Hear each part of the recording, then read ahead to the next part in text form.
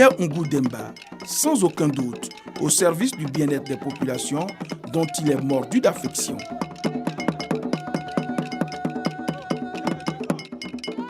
Modèle d'humanisme, Pierre Ngou Demba est un homme de terrain. L'anticipation et la polyvalence sont ses credos.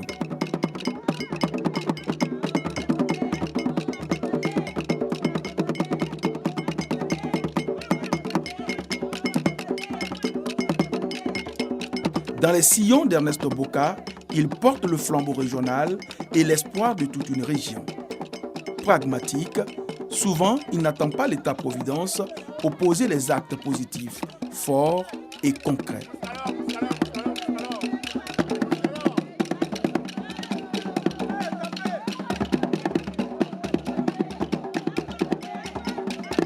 Assis à côté de sa génitrice, il est un homme accompli.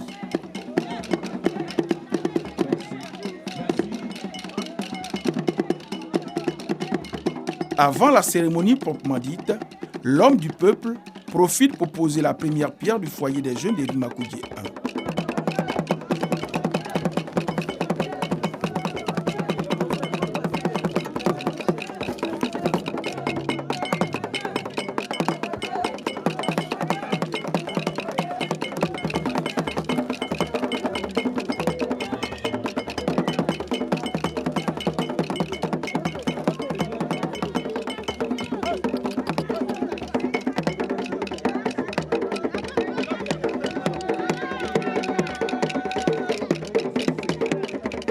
Dans ce moment de joie et de bonheur, il rend hommage aux êtres qui lui sont chers. Que d'émotions! Une fine pluie, la preuve que les ancêtres ont approuvé le geste symbolique.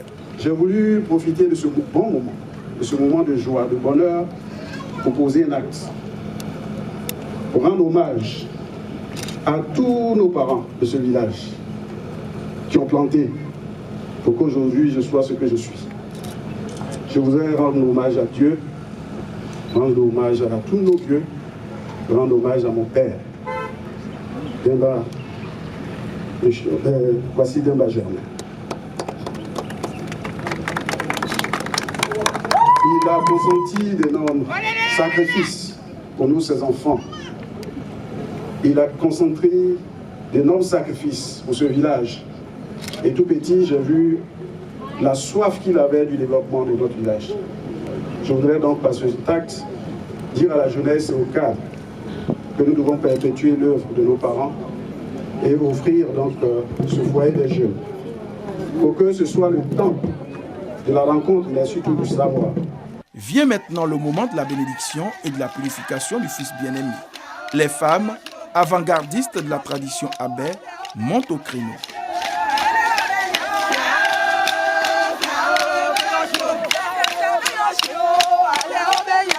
Placer la femme au centre de la culture abbaye, en tant que levier primordial dans cette société, est resté une nécessité absolue et permet de comprendre les enjeux de l'éveil féministe depuis la nuit des temps. D'abord, dans la désignation des nanans, c'est les femmes qui sont consultées dans l'antichambre, d'où le rôle premier de la femme. Et elles donnent leur avis dans la désignation du nanan. Après, elles se retirent, elles ne sont pas vues, mais c'est la décision qu'elles donnent qui est appliquée à l'extérieur. Pour ce qui concerne le Djidja, le premier jour de Djidja, ce sont les femmes qui vont à la rivière, au marigot, se laver, se purifier avant de venir faire la cuisine pour les hommes. Donc, on les voit au début et on les voit à la fin. Donc, les femmes jouent un rôle capital. Les nanans ou chefs de terre sont désignés en suivant une lignée qui remonte jusqu'au premier ancêtre. Ils sont les dépositaires du pouvoir ancestral qui est la somme de toutes les affectivités, de toutes les espérances et de toutes les formes de protection projetées mentalement par les ancêtres pour les générations futures.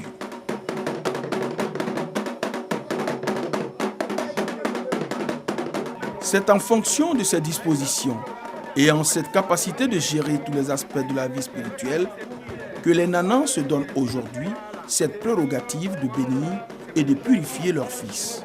On a un fils, Demba Ngou Pierre, et que le président Alassane a nommé un ministre de la Santé, a fait l'honneur des Abé et Krobou, tous les villages qui composent le département d'Agboville, nous sommes venus de donner le pouvoir des Abé. Notre fils Bemba Pierre bénéficie de toute la protection des forces spirituelles du département.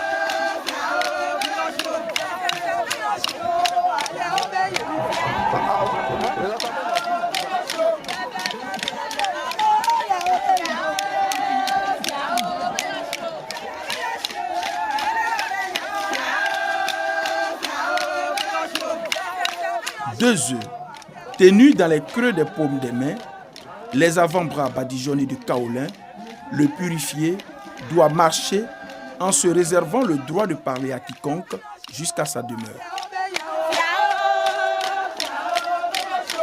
Pour les nanas, ce qui cède sur terre est scellé dans le monde intérieur. Aucun être humain, aucune créature, aucune force ne peut le dénouer.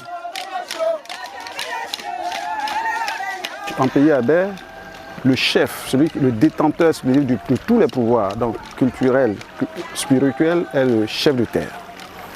Et c'est donc à lui qu'il appartient, à l'occasion de la fête de Djidja, de professer donc, dans la tradition, d'abord, qui donc réconcilie tous ceux qui ont des problèmes dans les familles, donc met les règles de gestion dans la société, mais surtout, c'est lui qui a donc le pouvoir donc, de bénir le village. Et je pense que c'est quelque chose de très très important chez nous en pays Abé. Lorsque nous devons, normalement lorsqu'il y a dans les moments de joie comme dans les moments sombres ou moments douloureux, le chef de terre doit s'asseoir avant que tout ce que nous puissions faire en pays Abé puisse se faire. Et donc la cérémonie à laquelle nous venons d'assister est une cérémonie d'une haute importance au pays Abé. D'abord, ça montre l'adhésion. Vous avez vu que la quasi-totalité des chefs de terre se sont regroupés donc, ici, à Erimakougué, qui est le village d'origine de tous les Abé, pour donc, montrer leur cohésion et leur adhésion à la décision qui a été prise par son Excellence le Président de la République en désignant un de leurs fils pour être ministre de la République. Ils ont donc purifié leur fils pour qu'il soit vraiment débarrassé de tout ce qui peut le gêner dans la mise en œuvre de sa mission. Et ils lui ont donné le pouvoir en pays Abé qui lui permet donc de franchir tous les obstacles. Et ça, c'est éminemment important pour un Abé, c'est éminemment important pour un Krobou. Après la cérémonie, le Conseil supérieur des nanas est convié à un déjeuner copieux, arrosé de bons vins.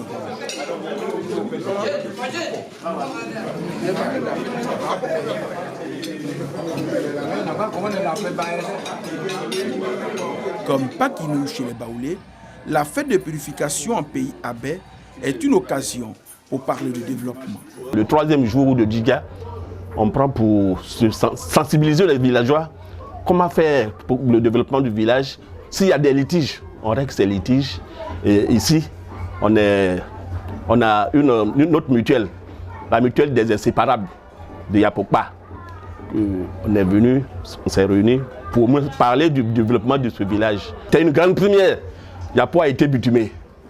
Et quand tu vois, c'est que le développement va forcément rentrer. Je sais que les gens vont venir.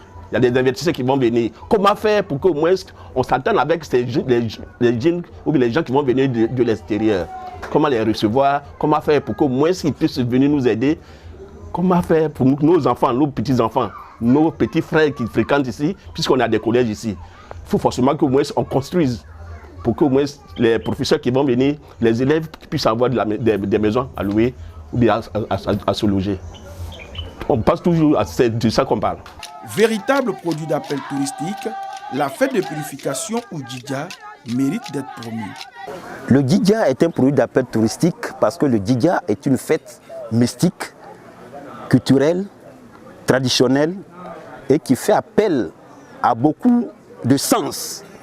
Donc en ce jour, ceux qui ne connaissent pas la valeur culturelle des peuples abais viennent de partout pour pouvoir voir la capacité culturelle du peuple abais. Nous avons des activités socio-culturelles, nous avons les danses culturelles et qu'aujourd'hui, nous ignorons de les mettre en pratique pour faire connaître un peu l'existence, notre existence.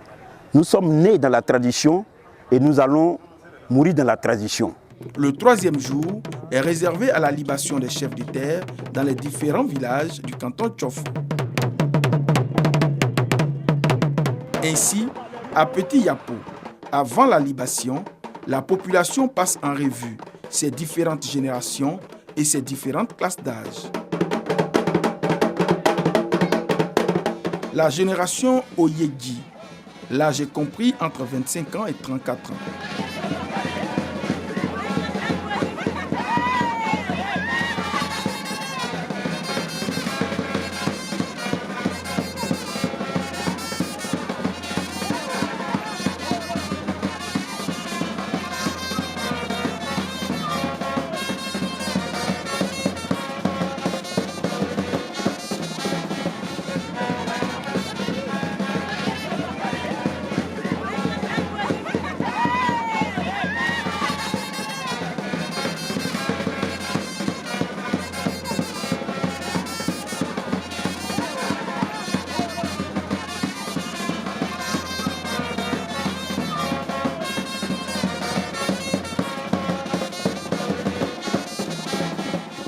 La génération Choutou, l'âge est compris entre 35 ans et 50 ans.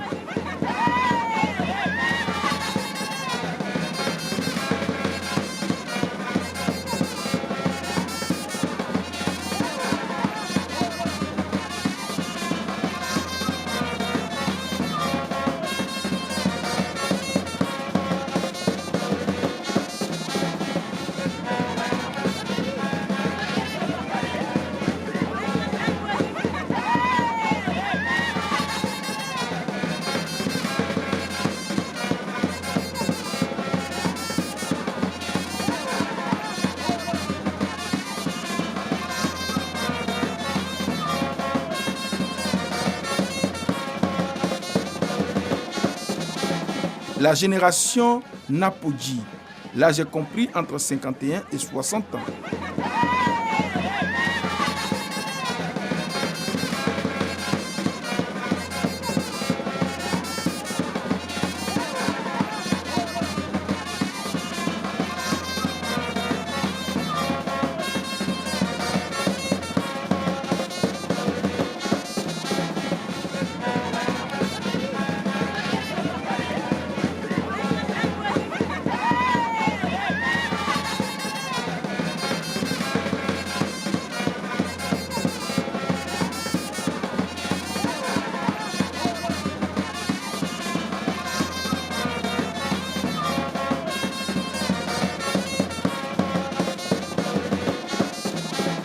La génération Mondi, l'âge est compris entre 61 et 70 ans.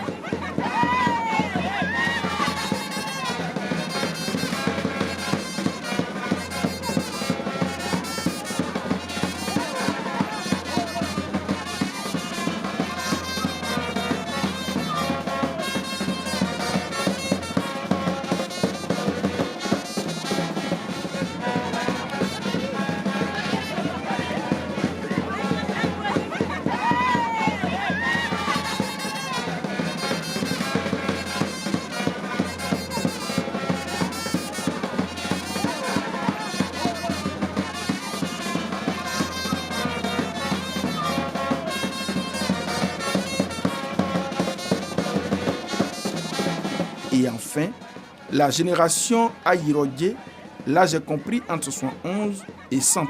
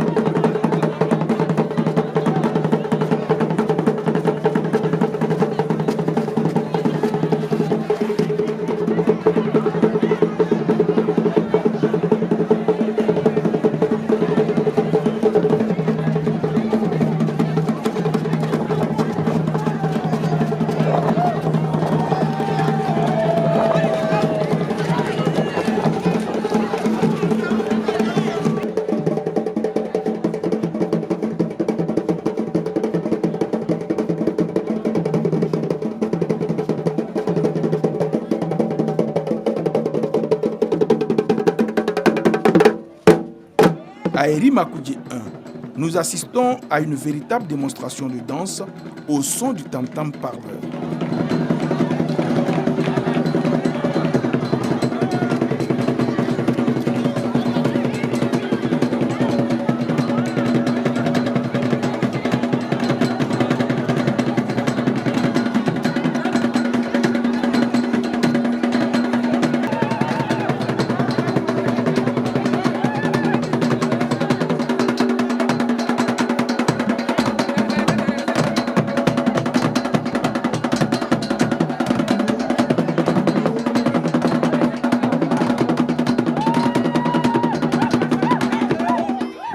À l'aide de vin de palme, le chef de terre procède à la libation pour mettre fin à la fête.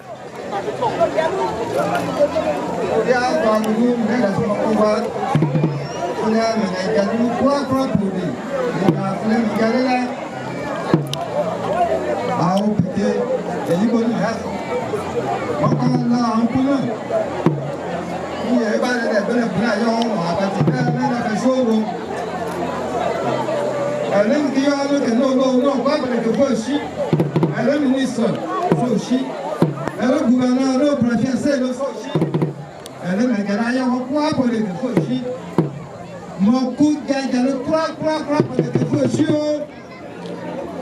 au fond, Nasser. Le Liban, la Boire, Amina Fabio Sochi, le 3 pour les pays qui croient que le a Bocamon. Bien, mon coup de gagne.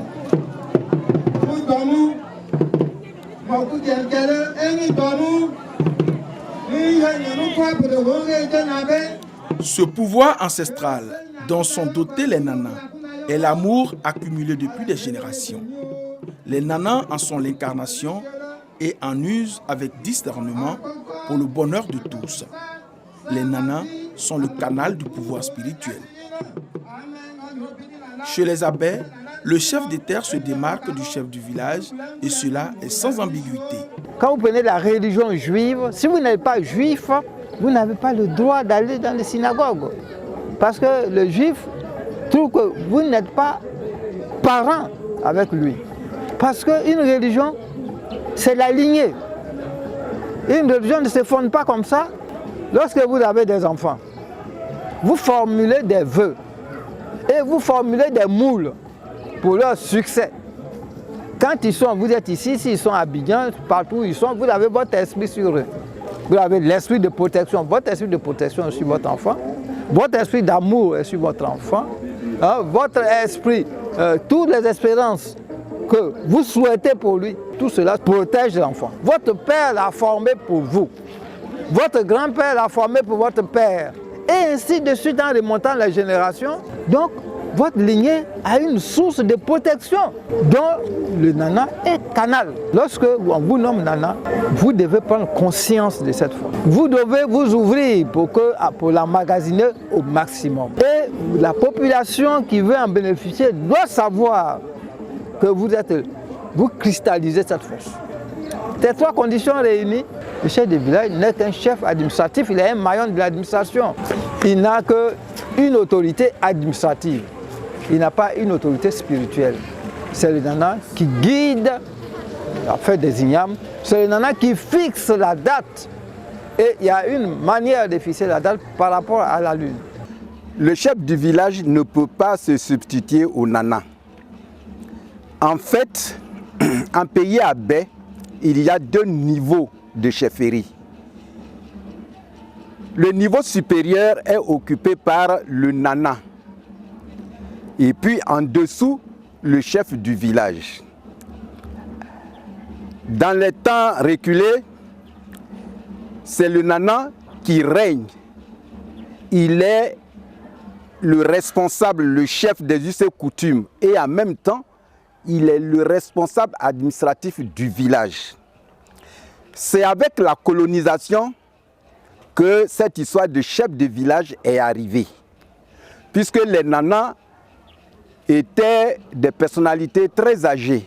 Donc ils ne pouvaient pas trop se déplacer. Et lorsque l'administration les convoque, ils envoient des représentants auprès de l'administration coloniale.